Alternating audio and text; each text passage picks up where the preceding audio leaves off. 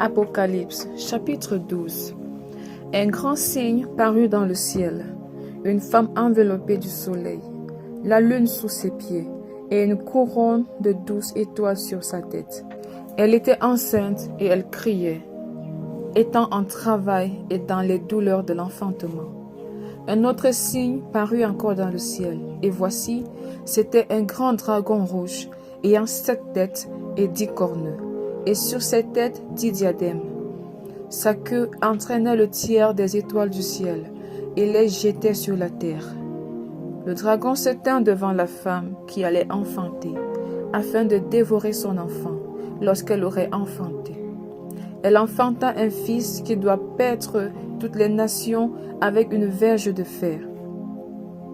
Et son enfant fut enlevé vers Dieu et vers son trône.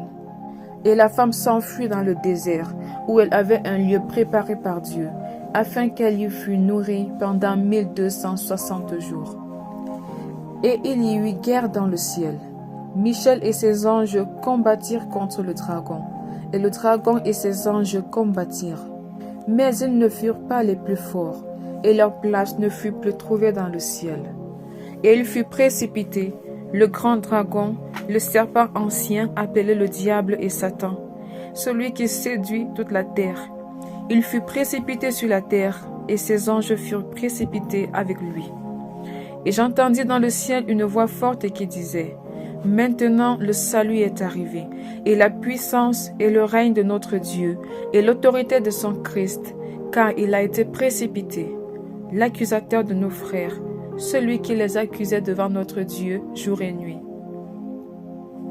Ils l'ont vaincu à cause du sang de l'agneau et à cause de la parole de leur témoignage, et ils n'ont pas aimé leur vie jusqu'à craindre la mort. C'est pourquoi réjouissez-vous, cieux, et vous qui habitez dans les cieux.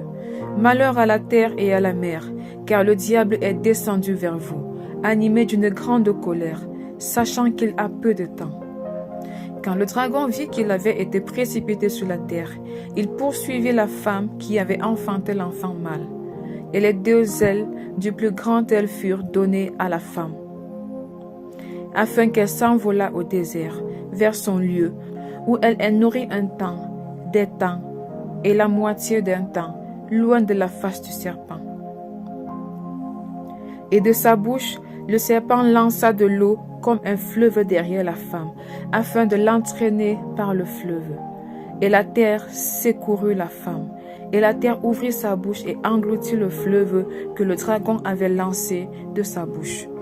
Et le dragon fut irrité contre la femme, et il s'en alla faire la guerre au reste de sa postérité, à ceux qui gardent les commandements de Dieu et qui ont le témoignage de Jésus.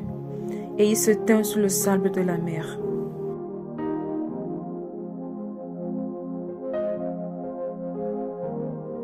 Apocalypse, chapitre 13.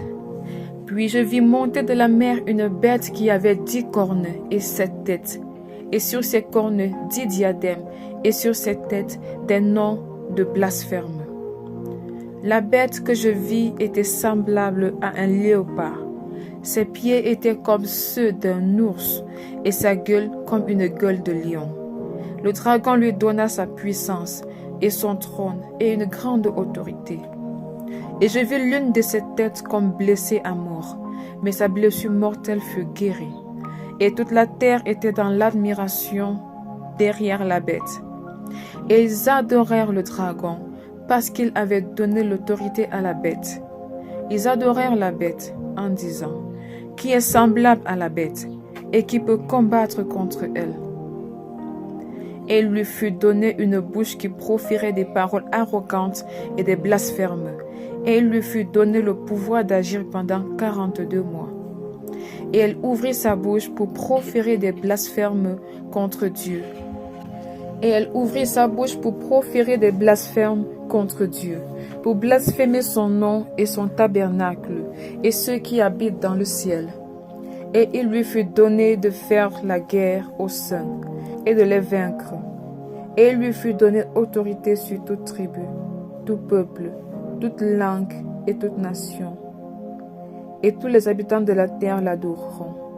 Ceux dont le nom n'a pas été écrit dès la fondation du monde dans le livre de vie de l'agneau qui a été immolé. Si quelqu'un a des oreilles, qu'il entende. Si quelqu'un mène en captivité, il ira en captivité. Si quelqu'un tue par l'épée, il faut qu'il soit tué par l'épée. C'est ici la persévérance et la foi des saints.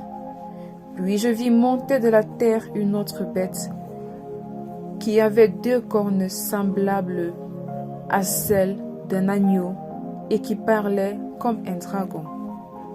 Elle exerçait toute l'autorité de la première bête en sa présence, et elle faisait que la terre et ses habitants adoraient la première bête, dont la blessure mortelle avait été guérie. Elle opérait de grands prodiges, même jusqu'à faire descendre du feu du ciel sur la terre, à la vue des hommes.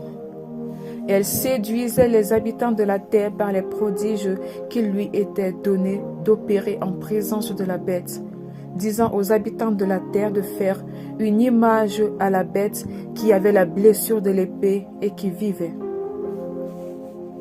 Et il lui fut donné d'animer l'image de la bête, afin que l'image de la bête parlât, et qu'elle fit que tous ceux qui n'adoreraient pas l'image de la bête fussent tués. Et elle fit que tous, petits et grands, riches et pauvres, libres et esclaves, reçussent une marque sur leur main droite ou sur leur front, et que personne ne put acheter ni vendre sans avoir la marque, le nom de la bête ou le nombre de son nom. C'est ici la sagesse, que celui qui a de l'intelligence calcule le nombre de la bête, car c'est un nombre d'hommes, et son nombre est 666.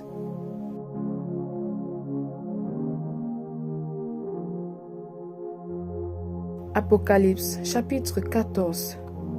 Je regardais, et voici, l'agneau se tenait sur la montagne de Sion, et avec lui 144 000 personnes, qui avaient son nom et le nom de son Père écrit sur leur front. Et j'entendis du ciel une voix, comme un bruit de grosses eaux, comme le bruit d'un grand tonnerre. Et la voix que j'entendis était comme celle de joueurs de harpe, jouant de leur harpe. Et ils chantaient un cantique nouveau devant le trône et devant les 4 êtres vivants et les vieillards. Et personne ne pouvait apprendre le cantique, si ce n'est les 144 000 qui avaient été rachetés de la terre. Ce sont ceux qui ne se sont pas souillés avec des femmes, car ils sont vierges. Ils suivent l'agneau partout où il va. Ils ont été rachetés d'entre les hommes, comme des prémices pour Dieu et pour l'agneau. Et dans leur bouche, il ne s'est point trouvé de mensonge, car ils sont irrépréhensibles. Je vis un autre ange qui volait par le milieu du ciel, ayant un évangile éternel, pour l'annoncer aux habitants de la terre, à toute nation, à toute tribu, à toute langue et à tout peuple. Il disait d'une voix forte, « Craignez Dieu et donnez-lui gloire, car l'heure de son jugement est venue. Et adorez celui qui a fait le ciel, et la terre, et la mer, et les sources d'eau. » Et un autre, un second ange survit en disant, « Elle est tombée, Babylone la grande, qui a abreuvé toutes les nations du vin de la fureur de son impudicité. » Et un autre, un troisième ange les suivit, en disant d'une voix forte, « Si quelqu'un adore la bête et son image, et reçoit une marque sur son front ou sur sa main, il boira, lui aussi, du vin de la fureur de Dieu, versé sans mélange dans la coupe de sa colère. Et il sera tourmenté dans le feu et le soufre, devant les saints anges et devant l'agneau. Et la fumée de leur tourment monte au siècle des siècles. Et ils n'ont de repos ni jour ni nuit, ceux qui adorent la bête et son image, et quiconque reçoit la marque de son nom. C'est ici la persévérance des saints qui gardent les commandements de Dieu et la foi de Jésus. Et j'entendis du ciel une voix qui disait, « Écris, heureux dès à présent les morts qui meurent dans le Seigneur. Oui, dit l'Esprit, afin qu'ils se reposent de leurs travaux, car leurs œuvres les suivent. » Je regardai, et voici, il y avait une nuée blanche, et sur la mer était assis quelqu'un qui ressemblait à un fils d'homme, ayant sur sa tête une couronne d'or, et dans sa main une faucille tranchante. Et un autre ange sortit du temple, criant d'une voix forte à celui qui était assis sur la nuée: Lance ta faucille et moissonne, car l'heure de moissonner est venue, car la moisson de la terre est mûre. Et celui qui était assis sur la nuée jeta sa faucille sur la terre, et la terre fut moissonnée. Et un autre ange sortit du temple qui est dans le ciel, ayant lui aussi une faucille tranchante. Et un autre ange qui avait autorité sur le feu sortit de l'autel et s'adressa d'une voix forte à celui qui avait la faucille tranchante, disant: Lance ta faucille tranchante et vendange les grappes de la vigne de la terre, car les raisins de la terre sont mûrs. Et l'ange jeta sa faucille sur la terre, et il vendangea la vigne de la terre, et jeta la vendange dans la grande cuve de la colère de Dieu. Et la cuve fut foulée hors de la ville, et du sang sortit de la cuve jusqu'aux morts des chevaux, sur une étendue de 1600 stades. Amen.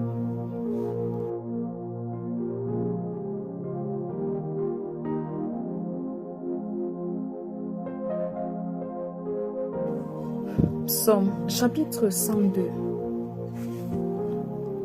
Prière d'un malheureux lorsqu'il est abattu et qu'il répand sa plainte devant l'Éternel. Éternel, écoute ma prière et que mon cri parvienne jusqu'à toi. Ne me cache pas ta face au jour de ma détresse. Incline vers moi ton oreille quand je crie. Hâte-toi de m'exaucer. Car mes jours s'évanouissent en fumée et mes os sont enflammés comme un tison. Mon cœur est frappé et se dessèche comme l'herbe. J'oublie même de manger mon pain. Mes gémissements sont tels que mes os s'attachent à ma chair. Je ressemble au pélican du désert. Je suis comme le chat huant des ruines. Je n'ai plus de sommeil et je suis comme l'oiseau solitaire sur un toit.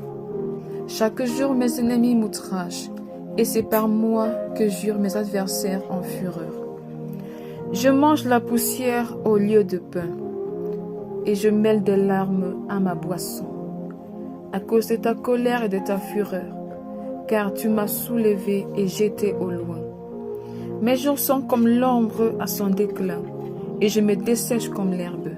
Mais toi, Éternel, tu règnes à perpétuité, et ta mémoire dure de génération en génération. Tu te lèveras, tu auras pitié de Sion, car le temps d'avoir pitié d'elle, le temps fixé est à son terme. Car tes serviteurs, en aimant les pierres, ils en chérissent la poussière. Alors les nations craindront le nom de l'Éternel, et tous les rois de la terre ta gloire. Oui, l'Éternel rebâtira Sion, il se montrera dans sa gloire. Il est attentif à la prière du misérable. Il ne dédaigne pas sa prière. Que cela soit écrit pour la génération future, et que le peuple qui sera créé célèbre l'Éternel. Car il regarde du lieu élevé de sa sainteté, du haut des cieux. L'Éternel regarde sur la terre, pour écouter les gémissements des captifs, pour délivrer ceux qui vont périr, afin qu'il publie dans Sion le nom de l'Éternel et ses louanges dans Jérusalem. Quand tous les peuples s'assembleront et tous les royaumes pour servir l'Éternel. Il a brisé ma force dans la route, il a abrégé mes jours. Je dis, mon Dieu, ne m'élève pas au milieu de mes jours, toi dont les années durent éternellement. Tu as anciennement fondé la terre, et les cris sont l'ouvrage de tes mains. Ils périront, mais tu subsisteras. S'ils s'useront, ils s'useront tous comme un vêtement. Tu les changeras comme un habit, et ils seront changés. Mais toi, tu restes le même, et tes années ne finiront point. Les fils de tes serviteurs habiteront leur pays, et leur prospérité